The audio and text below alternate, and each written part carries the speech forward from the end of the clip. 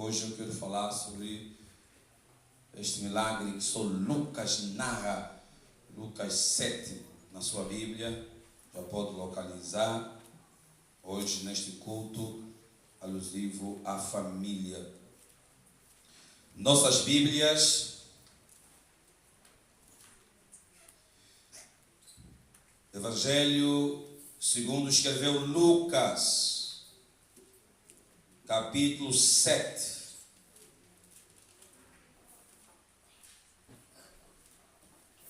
Lucas, capítulo 7,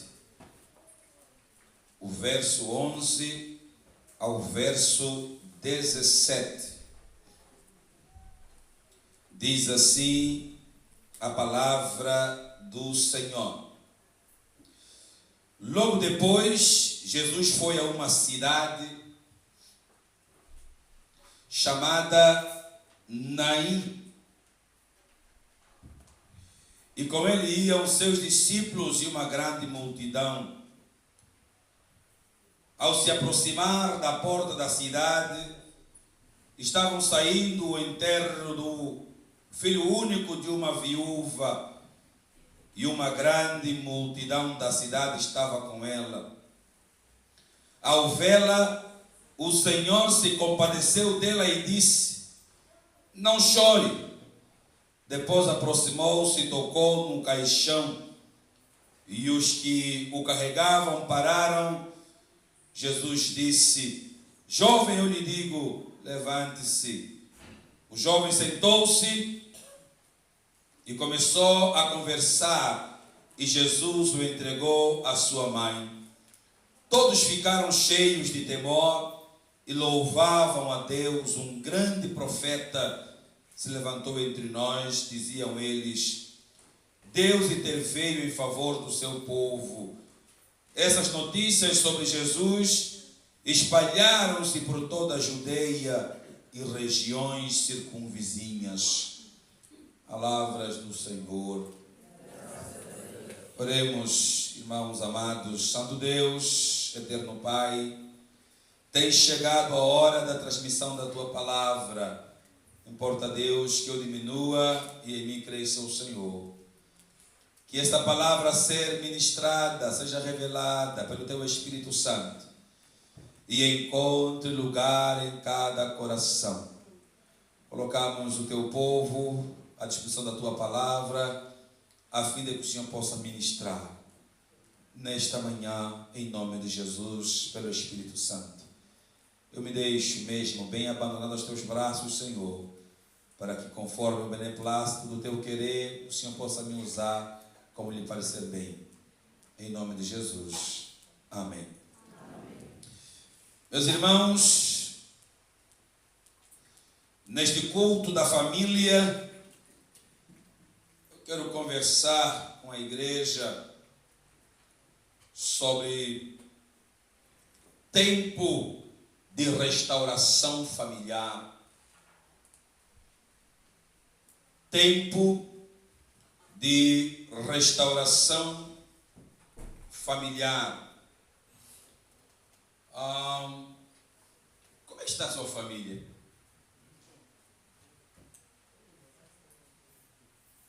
Não, é sério. Como está a sua família? Então pergunte bem aí para o irmão do seu lado, assim, com toda a tranquilidade possível: como vai a sua família?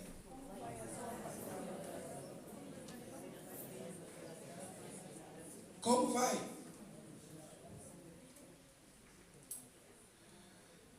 A família é a âncora da nossa existência. O único patrimônio que verdadeiramente nos define e nos sustenta ao longo da vida. Alguém disse com certeza que família é como que corrimão. Quando a subida da vida parece difícil, é nela que nos apoiamos. Então, família, irmãos amados, é de fato o nosso maior patrimônio.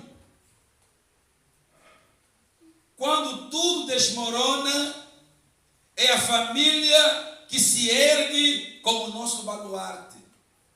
Por isso a gente diz, não despreze a sua família. Porque de fato, quando a coisa aperta, é lá onde a gente se refugia. O verdadeiro tesouro que carregamos em nossos corações é a nossa família.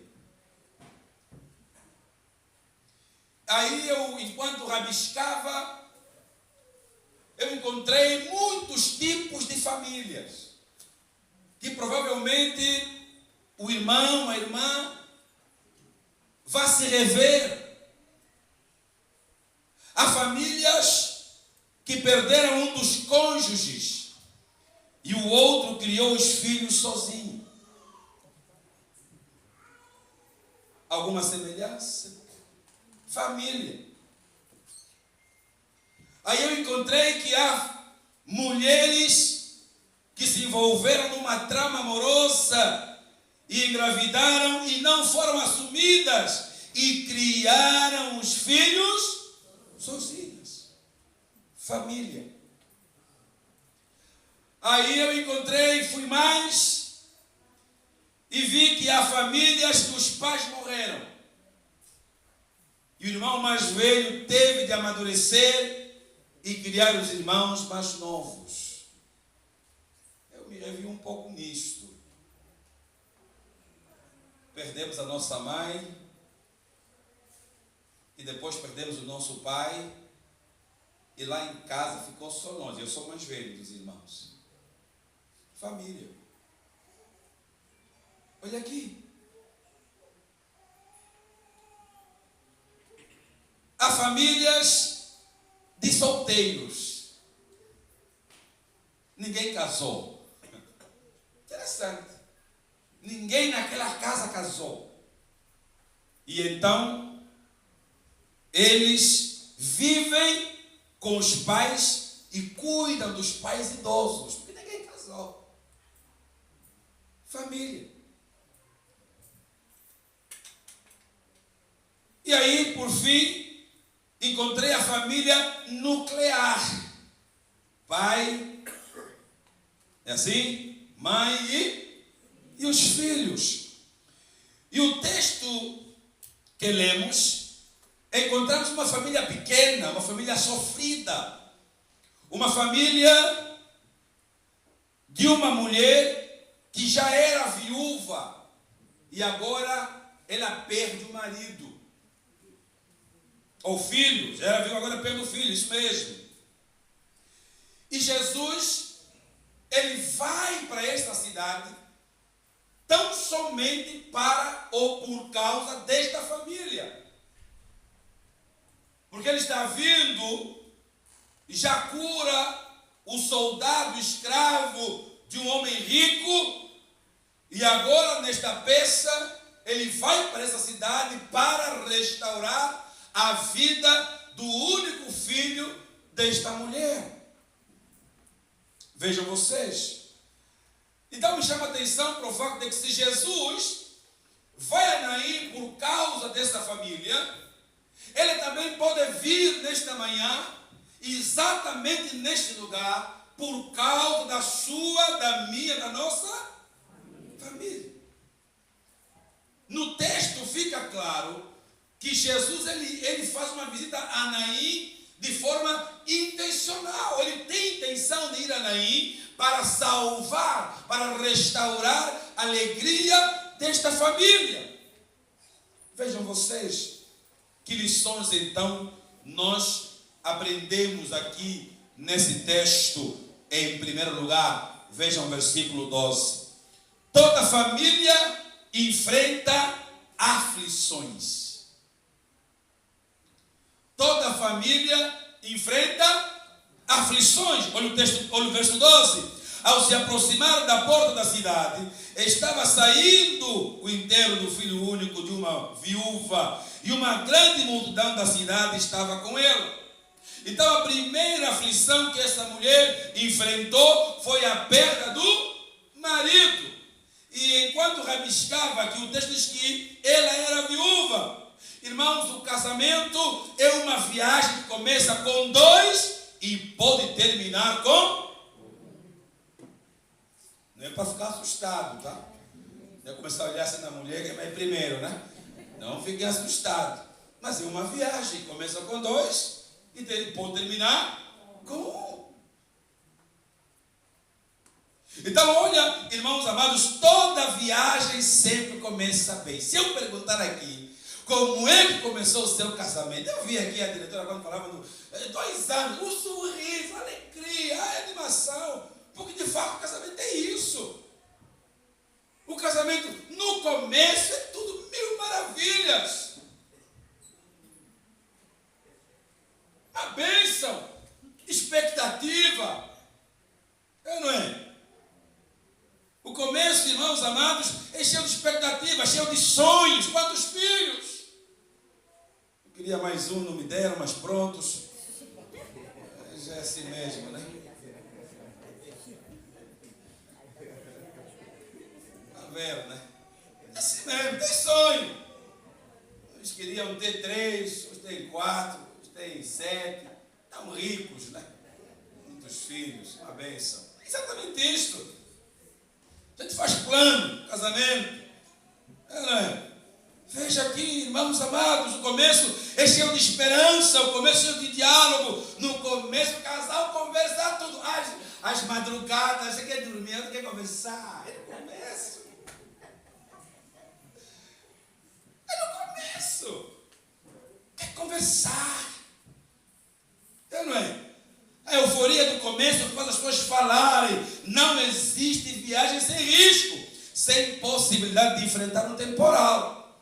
Nós nos casamos no Senhor. Todos nós nos casamos.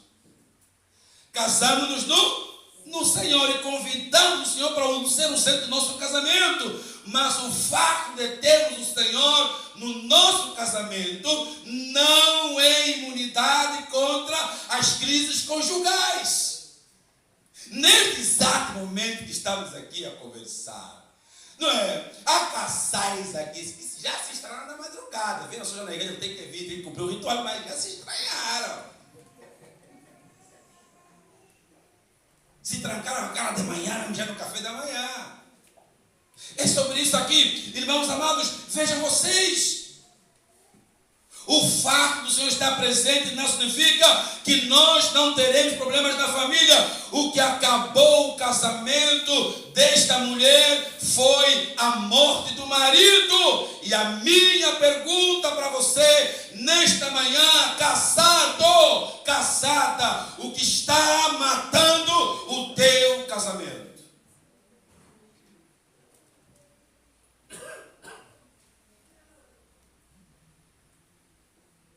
Tem mamães aqui que perderam o marido muito cedo e nunca mais casaram. A fidelidade delas ao marido é até na morte. Não casaram mais. A morte do marido desta mulher acabou com o seu casamento. O que está matando o seu casamento? E eu pus aqui pelo menos 2 propostas do que tem matado alguns casamentos. Vejam vocês, irmãos amados, alguns casamentos morrem por causa do adultério. O tema é forte, mas é preciso falar. Alguns casamentos acabam por causa do adultério. A palavra adultério significa na cama do outro.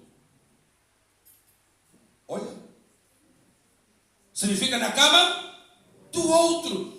A infidelidade conjugal hoje, irmãos amados, deixou de ser uma exceção nesta sociedade. Hoje, mais de 50% dos casais são infiéis ao seu cônjuge. Mais de 50%.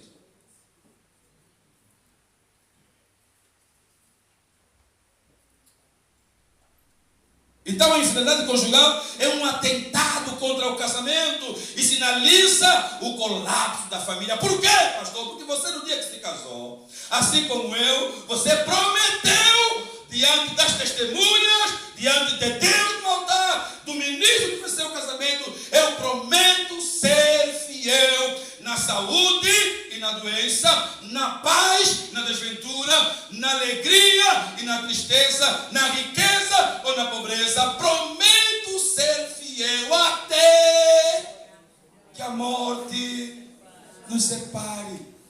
Aí o outro é fiel, o outro honra o casamento, honra a família, e de repente, anos de casados,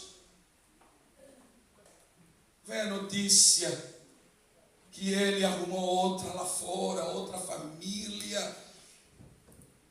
Muitas mulheres amarguradas, porque os irmãos não se contentaram com o que tinham e foram arrumar lá fora. E o casamento ficou desestabilizado. Aí aparece o conselheiro do diabo e diz: coragem, nós somos africanos, é assim mesmo. Uma mulher só não fica bem num homem. Em que cultura? Que Bíblia? É sobre isso. E os casamentos morrem. Conhecemos muitas pessoas como eram com um sorriso maravilhoso, simpáticas, mas hoje não conseguem ter alegria porque o marido foi infiel e perderam a alegria.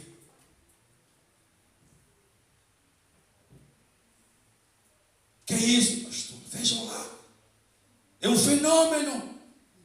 Então, irmãos, o fruto da infidelidade conjugal, porém, são desastrosos. Ou é desastroso. O fim dessa linha é a vergonha e a morte. Os adúlteros não herdarão o reino de Deus. Pode ficar bom aqui na terra. Se você não se converter, você vai para o outro lado, arder no lago de fogo e enxofre amanhã.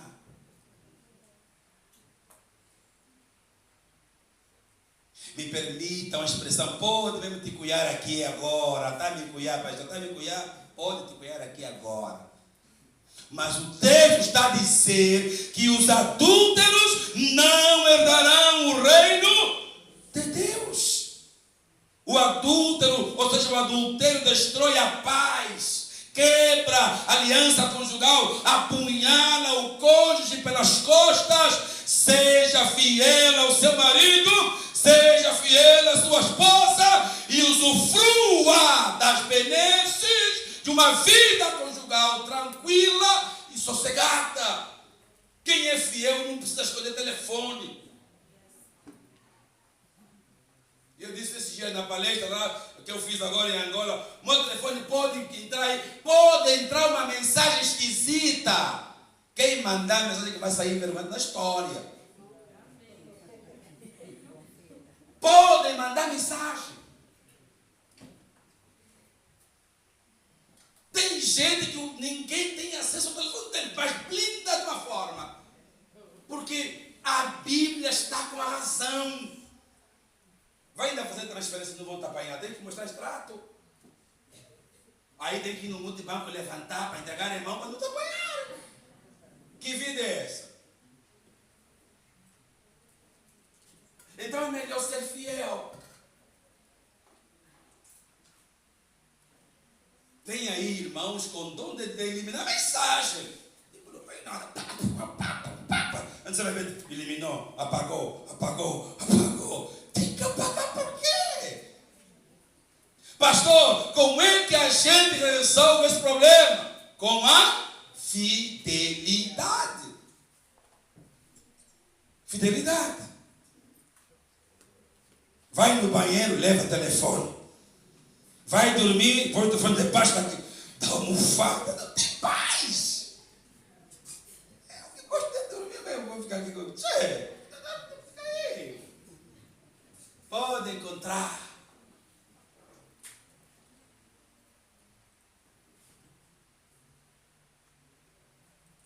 Agora vai ter que comprometer o irmão que do seu lado. Se ele é casado, diga assim, mano, seja só fiel e tudo fica resolvido. Fica resolvido.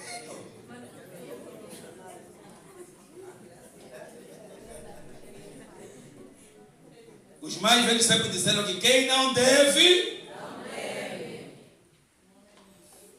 é aqui. Lute pelo seu casamento, seja fiel ao seu cônjuge, invista o melhor do seu tempo e da sua atenção em seu cônjuge, seja fiel à mulher da sua aliança, seja fiel ao seu marido. Alguns casamentos morrem por causa da falta de comunicação. Eu disse aqui que quando se casa, conversa até de madrugada. Agora, os anos passaram. Alguns ainda preservam a tradição de falar. Mas geralmente, segura a senha. Geralmente, quando um casamento acaba, primeiro o casal sepulta a comunicação. As mulheres falam, verbalizam, de acordo com alguns estudos, verbalizam 50.000 palavras em 24 horas. Os homens 25.000 palavras. Em um minuto, as mulheres verbalizam 250 palavras contra 125 dos homens. Ao terceiro ano de vida, as mulheres já têm um dobro do vocabulário dos homens. Ou seja, as mulheres foram criadas para falar. Então, se elas foram criadas para falar, automaticamente elas têm necessidade de serem ouvidas. E boa parte das discussões dos casamentos é porque um quer falar e o outro não quer ouvir. E quando eu ouço as mulheres dizem assim, ele não me ouve. Então aqui as que falam, ele não me ouve. Então a falta de comunicação compromete a saúde do casamento. Tem que ouvir. Então, irmão, quero te dar coragem e força, ouça só o que ela tem a dizer. E outra coisa importante nesse processo. Às vezes nós os homens achamos que quando as mulheres querem falar e nós temos que ouvir, porque ela está dizendo, não, resolve só o problema. Não. Tem hora que não é para resolver. Tem hora mesmo que ela só quer que você empreste os ouvidos. Então ouça. É sobre isso aqui, meus irmãos amados. Há casais que passam horas a fio na internet, conversando com amigos cibernéticos e não tem tempo de falar com os membros da própria família.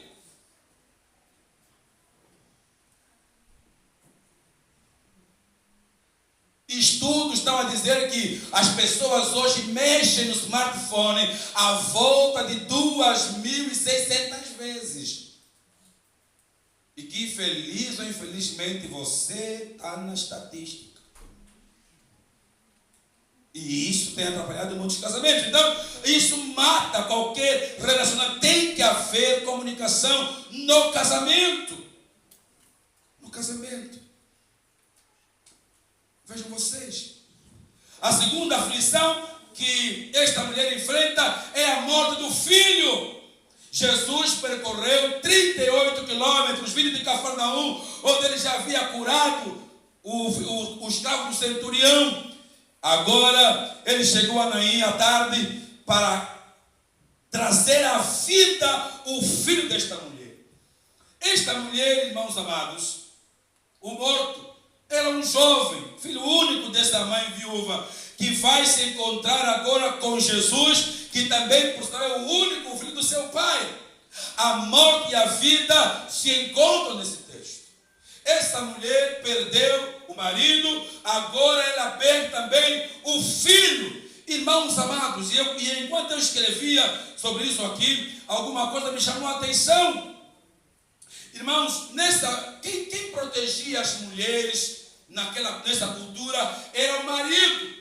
E se ela não tivesse marido, o filho homem é que assumia o comando da casa a trabalhar para sustentar a mãe. Agora vejam vocês que esta mãe, esta mulher perde o marido, o protetor, agora perde o filho, que era o símbolo da sua aposentadoria. Então ela agora está desamparada. E agora ela está perdida no tempo e no espaço. E eu me lembrava de uma história que passou agora nas redes sociais, de um jovem, filho único de sua mãe, que a mãe batalhou para formá-lo. Foi à formatura, recebeu o diploma e enquanto ia para casa foi pego por um grupo de miliantes. Espancaram o jovem até a morte com o diploma na mão. Foi espancado. Então vejam vocês, irmãos amados, já pensou o drama desta mãe? As crises algumas vezes nos colhem de surpresa e nos deixam profundamente abalados. Toda a família enfrenta aflições. E eu fui aqui, eu encontrei, eu queria partilhar um pouco com a igreja. Que aflições a sua família está enfrentando? Pergunta aí. Que aflições a sua família está enfrentando nesse momento? Vejam aqui. Uma doença grave. Irmãos amados, há pessoas das famílias que nunca gozaram de boa saúde. Aqui tem mais velhos e conhecem as histórias das famílias. Deu a luz ao filho, nunca teve saúde.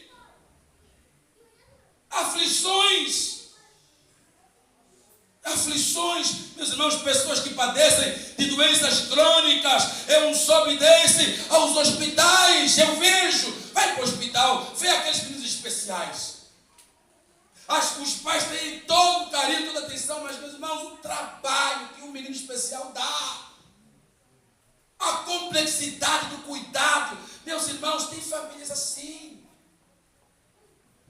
Vejam.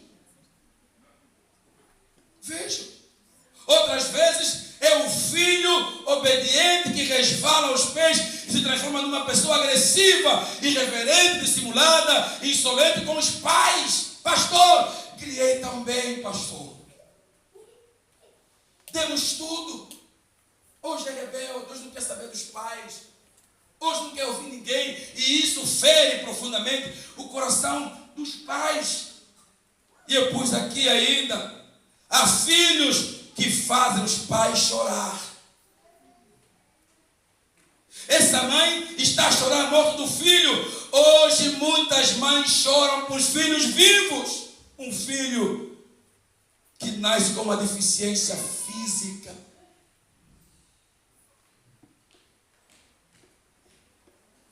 Hoje fala-se muito de autismo. Meninos que atingem a idade escolar e não falam. Meninos que atingem idade de andar e não andam. Meninos que atingem idade. É bom quando as crianças começam a marcar os primeiros passos, começam a falar as primeiras palavras, mas por causa da doença não podem desenvolver essas qualidades. E as mães choram, cuidam, mas choram. Filhos que desprezam os pais, quando começam a subir na vida, também fazem os pais chorar. Então, um deles aí. A vida sorriu para ele, não quer mais saber dos pais. Filhos delinquentes. Mamães. Meus irmãos, nós temos irmãs, mamães na igreja, pais na igreja, que os filhos mesmo são altamente perigosos. E sofrem. Filhos nas drogas, no álcool, são causa de muita dor no coração dos pais. Há filhos, inclusive, que estão marcados para a morte. Por causa do tipo de vida que levam. Aqui ainda a coisa um pouquinho controlada, mas de onde nós viemos, nós ouvimos muitas histórias nos bairros, olha, já eliminaram. E aquelas mães que tinham os filhos bandidos, não dormiam. porque ficavam na expectativa de que 1 hora a porta ia bater, e quando já estavam levando o teu filho na madrugada, é porque ele não vai voltar mais. E isso traz dor no coração dos pais. Mas em segundo lugar, meus irmãos amados, toda família precisa de consolação. Versículo 13. Ao vê-la, o Senhor se compadeceu dela e disse: não chore. E aqui para mim é curioso. Jesus diz a ela: não chore. Mas quando Jesus recebeu a notícia da morte de seu amigo Lázaro, o que ele fez? Uma contradição, parece, né? Meu Jesus, se teu amigo morreu, choraste já, agora na minha vez, meu filho morreu, não vou chorar. Mas mais do que isso, me chama a atenção que muitos de nós vamos aos funerais, vamos aos óbitos, e chegamos lá, a pessoa está chorando, diz: não chora, pronto. Não chora por quê? Biblicamente, óbito é lugar de choro. Inclusive nessa cultura havia as profissionais do choro. Quer dizer, profissionais do choro. Eram chamadas de carpideiras.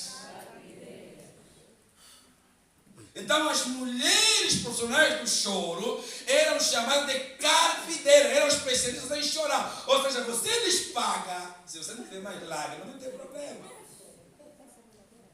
Você paga e elas é que vinham chorar o óbito todo.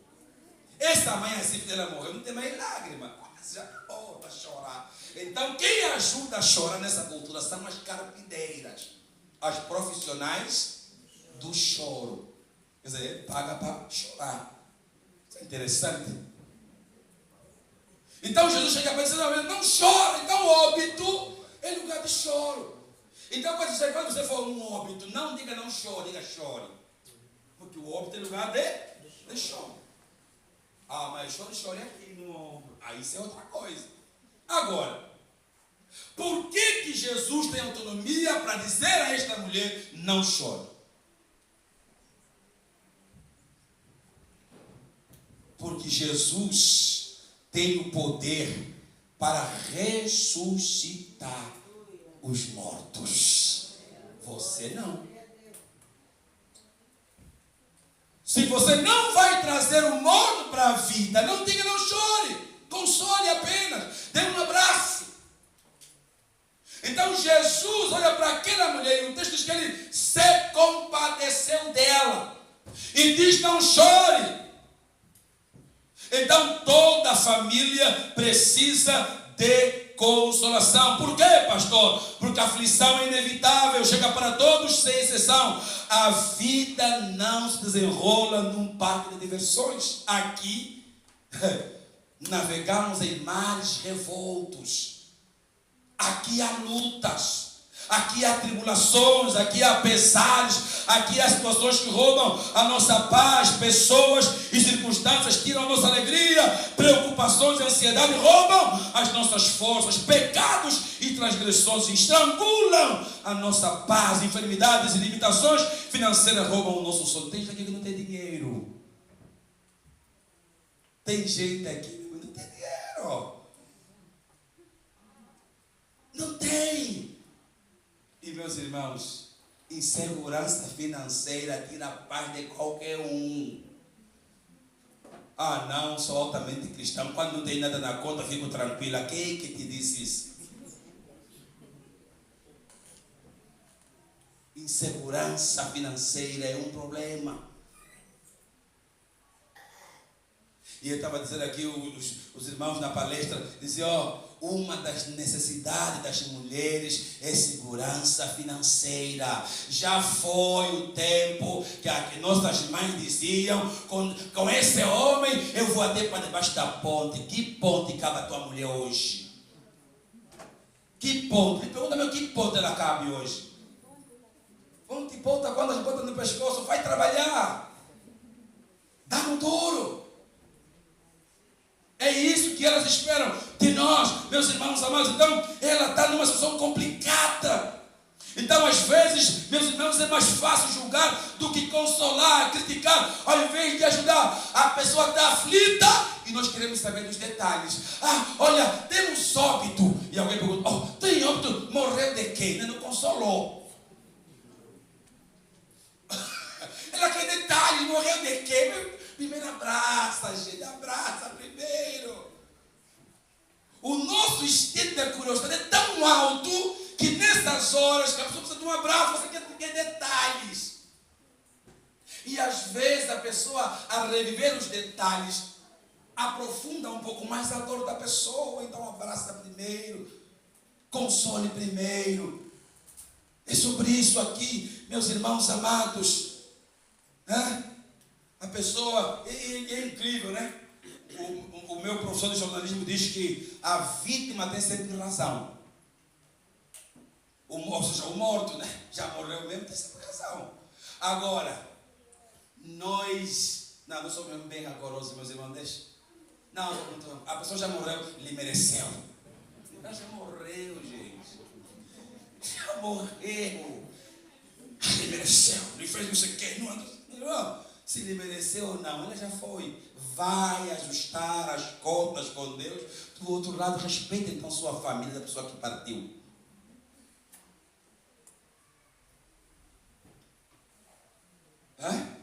Está no funeral, então lá, está aí a comer o funeral.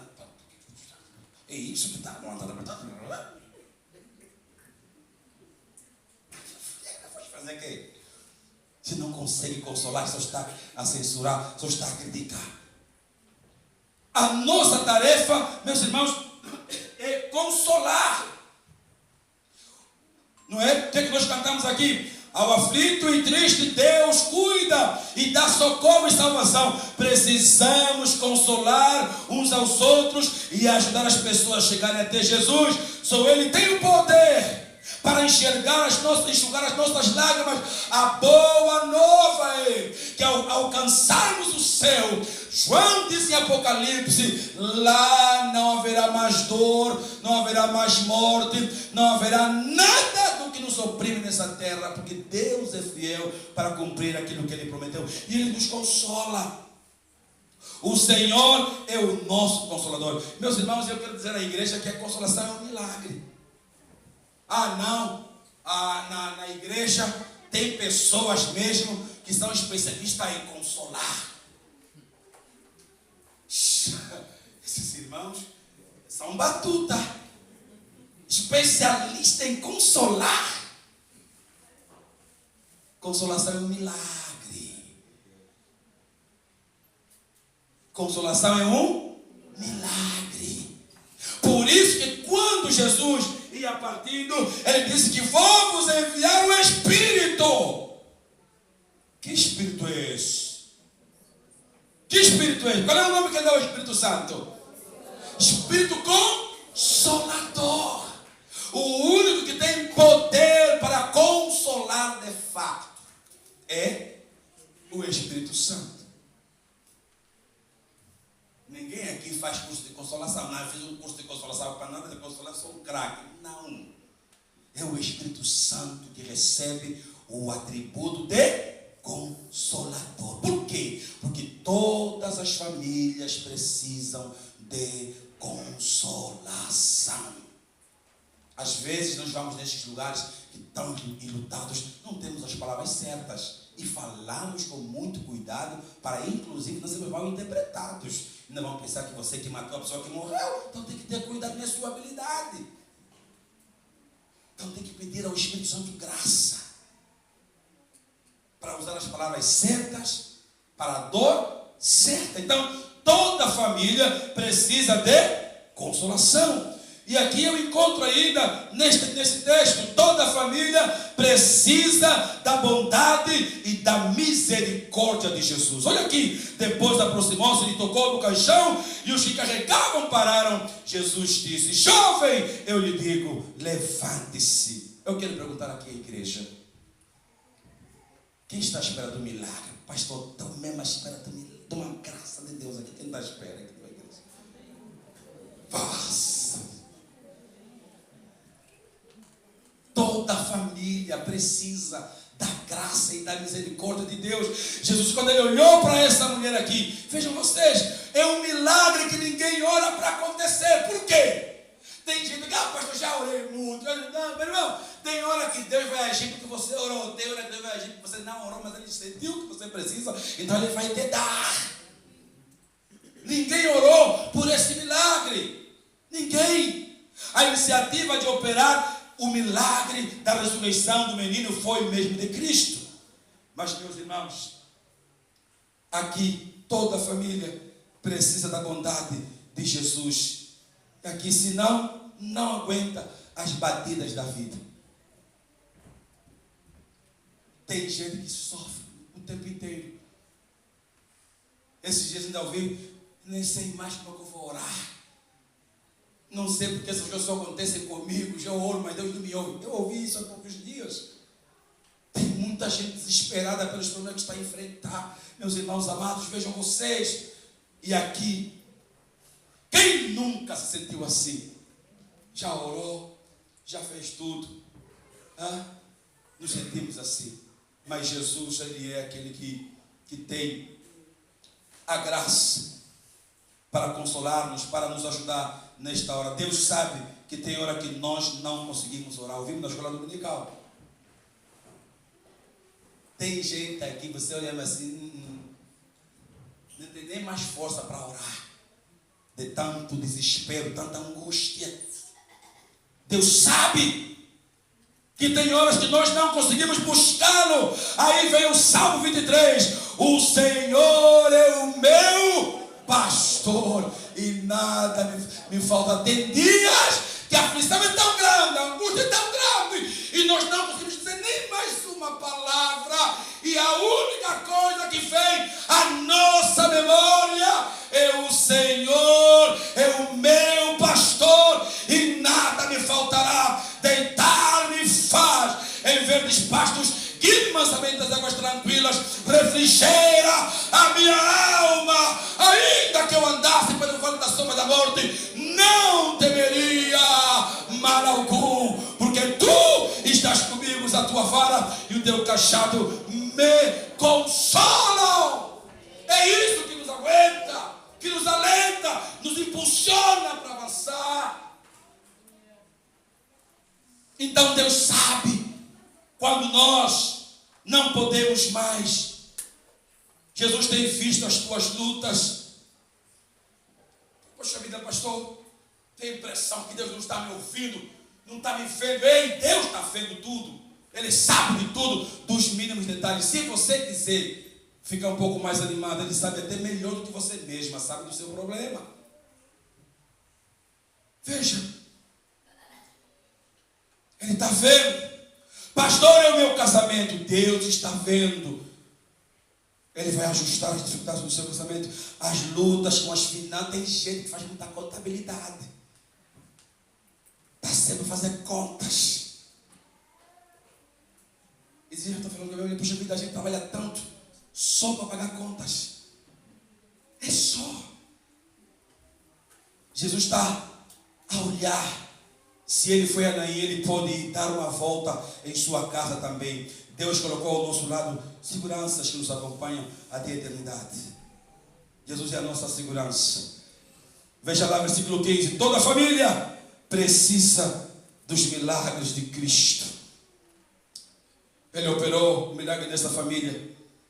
Nunca haviam tido até então uma experiência de ressurreição. Ouviram de Elias, ouviram de Eliseu, que operaram sinais lá 7, 6 anos atrás. Agora eles conseguem ver em loco aquilo que de fato Jesus havia dito.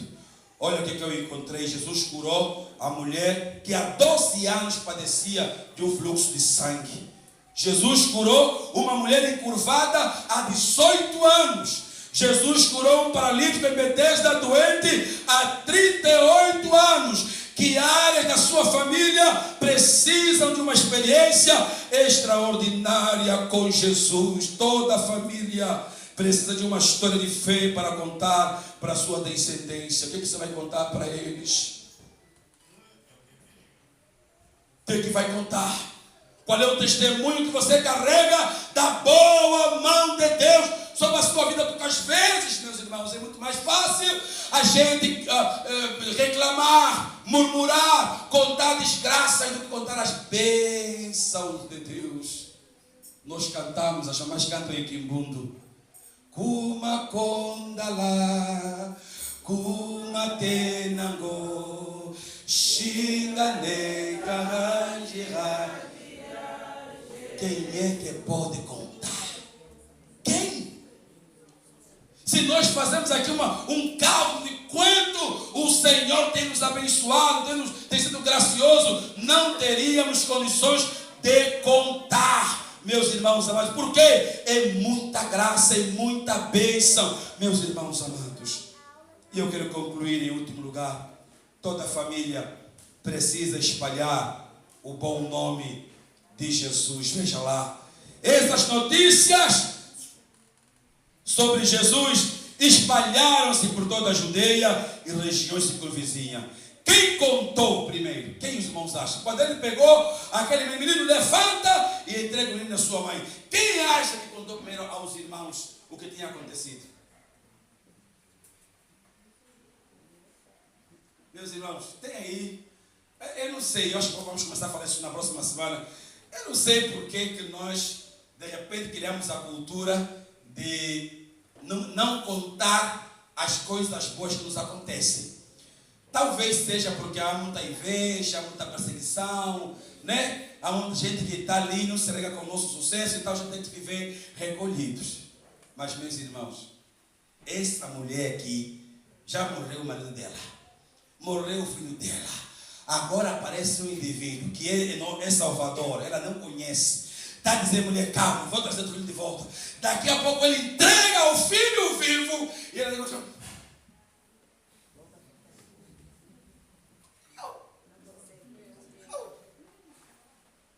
ei, toda a família precisa espalhar o bom nome de Jesus. Eu imagino esta mãe ali animada. O quê? Está vivo? Não, meu filho está vivo. Ele ressuscitou, ele voltou. É a boa nova da salvação que chegou para aquela família. Assim como a sua casa foi salva, você precisa anunciar a salvação por onde quer que você ande. Fale. Se Jesus te curou, anuncie que Ele te devolveu a vida. Pastor, meu casamento estava por um filho, quase que me separava, mas Jesus operou um milagre e o filho da restauração voltou lá em casa e agora está tudo bem. É para falar, é para anunciar. E o cantor cristão vai dizer, e eu gostaria que você olhasse para essa pessoa que está do seu lado e diz para ela assim: leva tu contigo o nome de Jesus o Salvador. Esse nome dá conforto. O quê?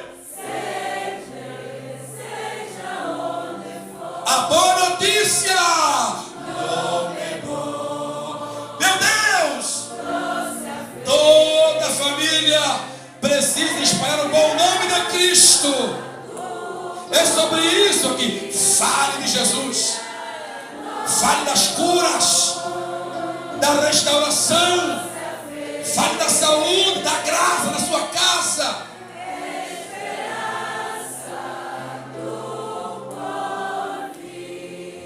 Agora você vai comprometer a pessoa do seu lado. E diga para ela assim: leva sempre o santo nome. Para quê? Oh, para Ele defende-nos. Podem falar, podem gritar, mas Ele nos defende. A boa nova é para cantar com alegria agora. Ele é o nosso Jesus, o nosso Salvador, ao nosso advogado fiel. Não há dor, não há angústia que sobrepuja tamanha graça.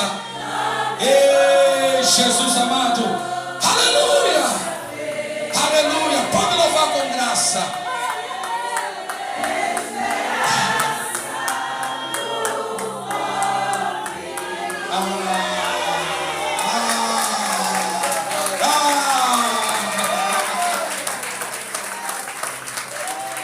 Esse Deus é bom.